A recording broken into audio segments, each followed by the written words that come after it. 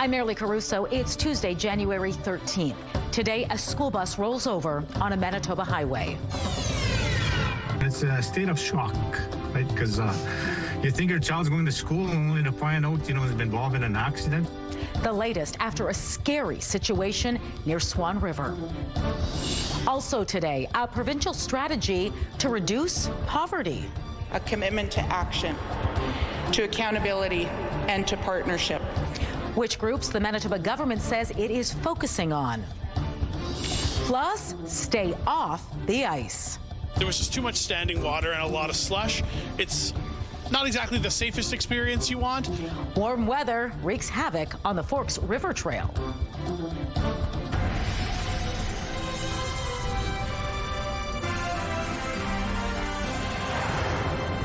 Good afternoon. Thanks for joining us. A terrifying situation unfolded on a western Manitoba highway this morning when a school bus carrying 14 students rolled over. And tonight we are learning some suffered significant injuries in the crash just north of Swan River. Standing by live with the details is CTV's John Hendricks. So John, what is the latest on the condition of these students?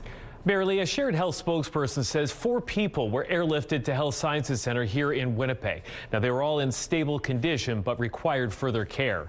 In total, 14 students aged 16 to 18 and the bus driver were hospitalized following the crash.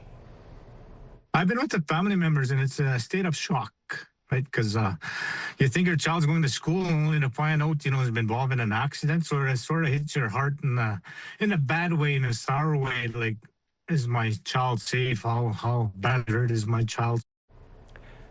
The school bus was traveling from Sapatea Cree Nation to 2 schools in Swan River when it slid off Highway 10. Mounties believe the bus driver was trying to pass another bus and lost control. The bus went off the highway, rolled, and came to a stop when it was right side up.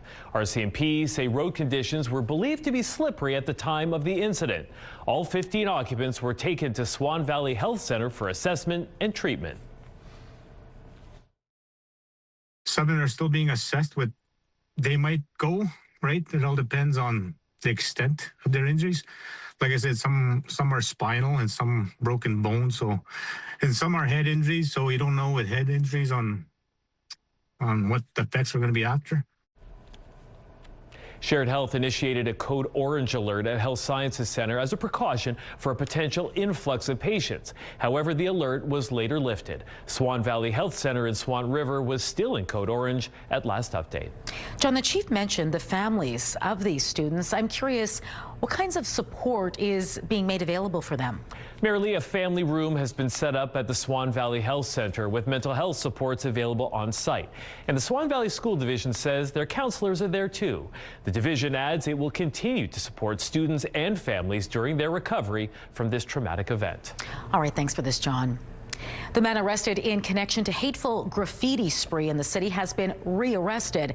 But according to police, this latest alleged incident is not related. The force says shortly before midnight Friday, officers were sent to a home in Crescentwood for a report of a break-in. The homeowner said they were awoken by their security alarm and found a man standing inside their home. They shouted at him and he left. There were no reports of damage or theft. Officers found the suspect nearby and took him into custody. 34-year-old Oliver Ederhoff is now charged with break and enter and intent and failure to comply.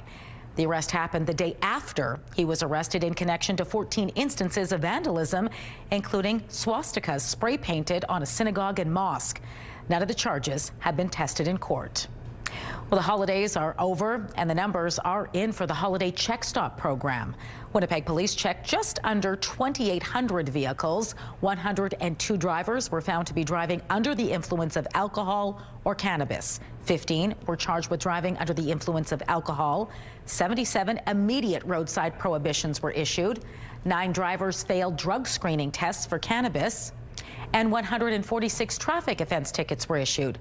The highest blood alcohol content was more than 3 times the statutory limit. And 1 impaired driver was involved in a multi-vehicle collision.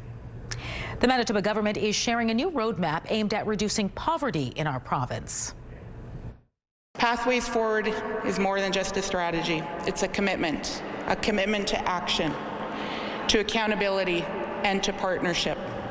The NDP government rolled out its Pathway Forward strategy this morning. The 5-year plan focuses on helping 3 groups: seniors, babies, children 5 and under, and youth aging out of care. The province wants to make sure these groups have access to health care, education, and safe places to live.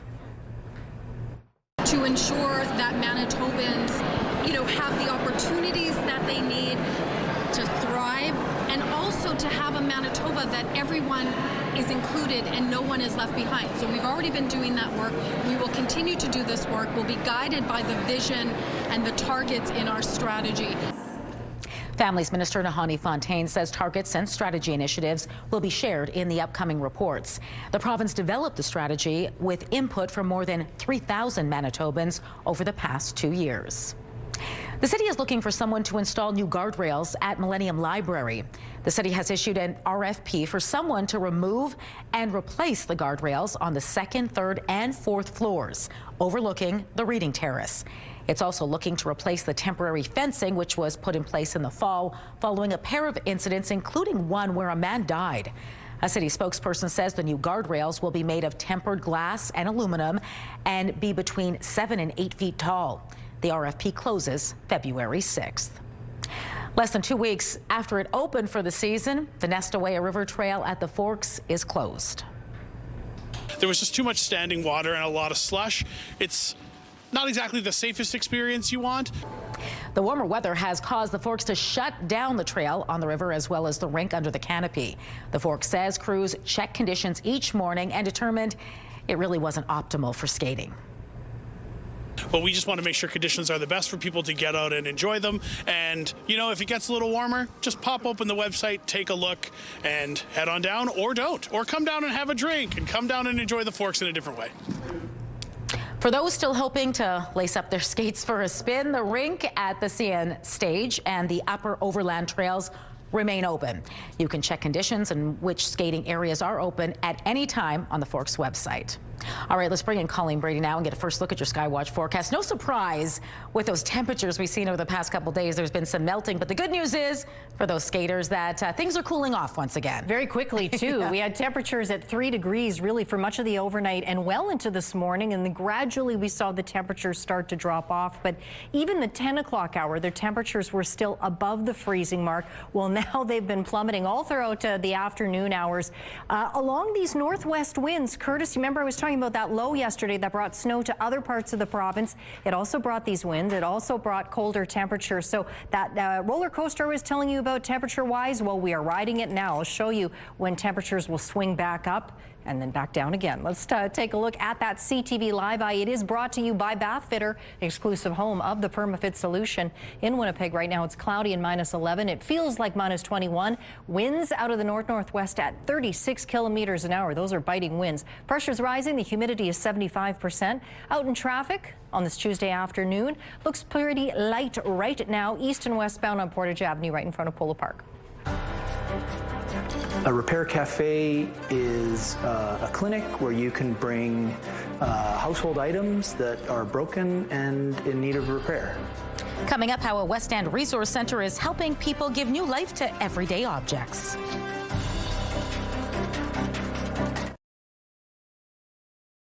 Get Winnipeg's top stories, breaking news alerts, and watch live. Download the CTV News app.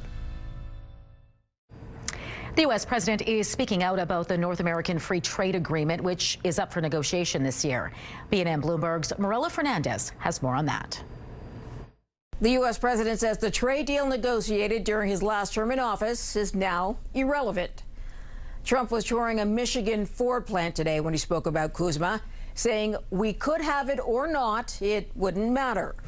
The deal is supposed to be reviewed this year, but Washington called off early negotiations late last year after an Ontario-sponsored ad campaign about tariffs upset the U.S. president. Here are the closing numbers for the day. The Canadian dollar hardly moved. It's at 72.04. West Texas Intermediate up $1.62 to 61.12. Western Canadian Select up 87 cents to 44.97. And the TSX lost 4 points today after a record close yesterday. Those are your business headlines. I'm Marilla Fernandez. Market Watch is brought to you by Manitoba Blue Cross. Group health plans for any size business. We've all heard the line, if it ain't broke, don't fix it. But if it is broken, you can try bringing it to the Spence Repair Cafe. A repair cafe is a clinic where you can bring household items that are broken and in need of repair. So maybe basic appliances or even clothing or bicycles. The cafe is a new initiative for the Spence Neighborhood Association, and it's happening every second Wednesday at its headquarters on Ellis Avenue. The association has a tool library and some volunteers on site to help people fix everyday objects for free. The cafe's coordinator says it's all about giving appliances and other items a second life. There's a whole bunch of reasons why a person might choose to repair something rather than replace it. It saves money, it saves resources, it keeps things useful and rather than in the landfill. So we think there's a lot of different reasons why someone would come out to this event. The Spence Neighborhood Association is also looking for handy people to help fix things and teach people how to do it. The first cafe runs tomorrow night from 6:30 to 8 at 615 Ellis Avenue.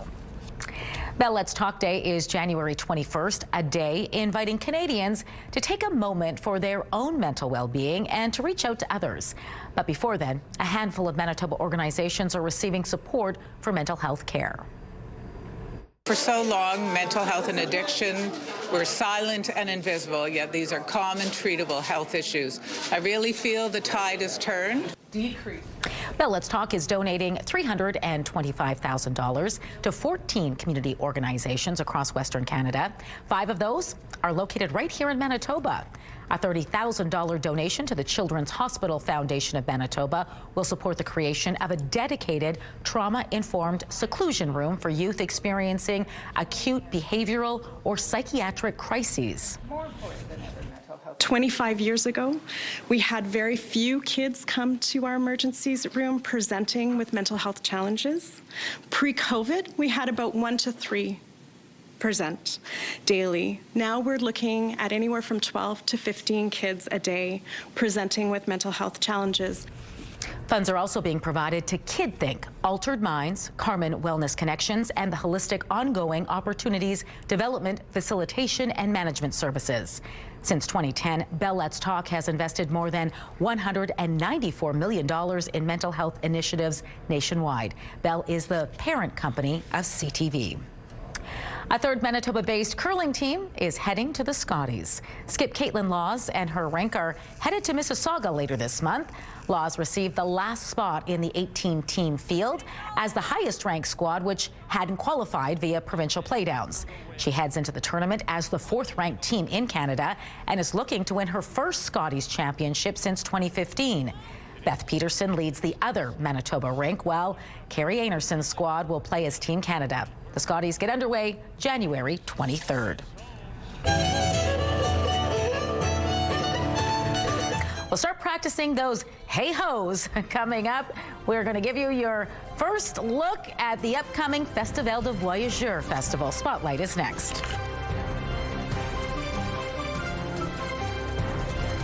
Have a news tip? When you see news happening, let CTV News Winnipeg know. Text your tips, pictures, and videos to 10400. That's 10400. Message and data rates may apply.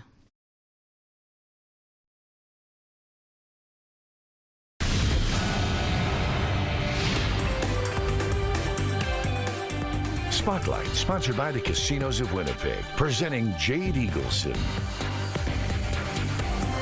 Colleen Brady is back now for Spotlight, and it's almost time to celebrate the joie de vivre again. Hey-ho, Marilee. Festival du Voyageur is getting ready for its 57th edition. Horse-drawn sleigh rides, ice sculpting, tubing, and an outdoor winter playground are among the activities and contests set to return from February 13th to the 22nd. The kitchen party features performers like 5 Alarm Funk, Katie Tupper, Ivan Flett Memorial Dancers, and more on multiple stages.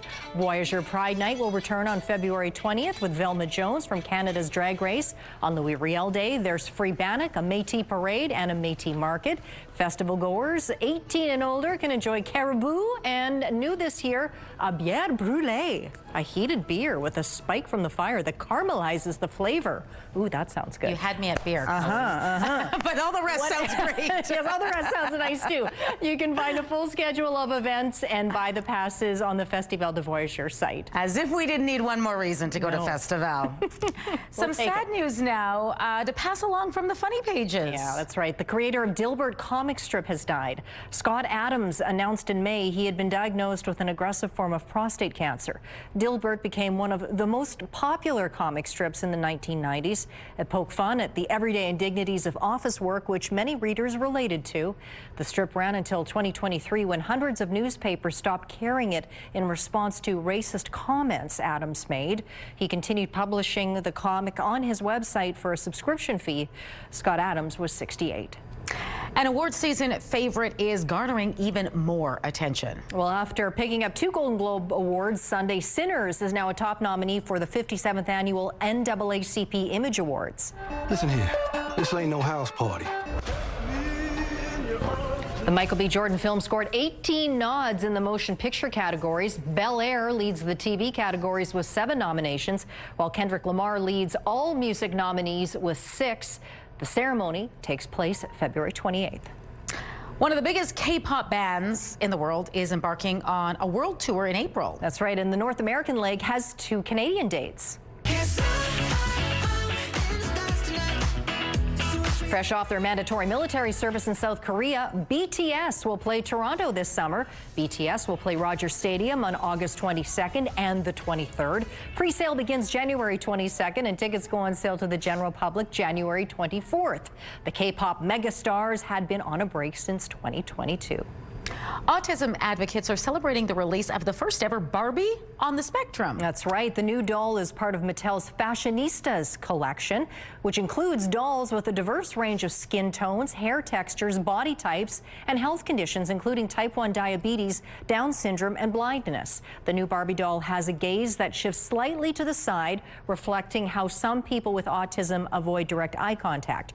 She wears pink noise-canceling headphones to reduce sensory overload and holds a pink tablet as an alternative communication device. As for her dress, well, it is purposefully flowy, loose-fitting and short-sleeved, a nod to how some people with autism prefer to keep fabric from touching their skin as much as possible. Well, she looks great. I'm sure she's going to be popular. Absolutely. Thanks, Colleen. You're welcome.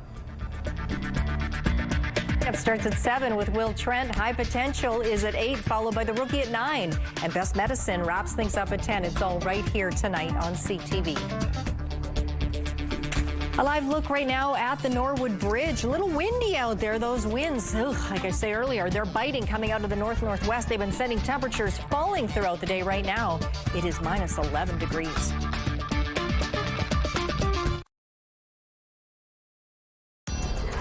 Women's clothing provided by RW & Company. Salon services provided by S&Teak Spa Salon.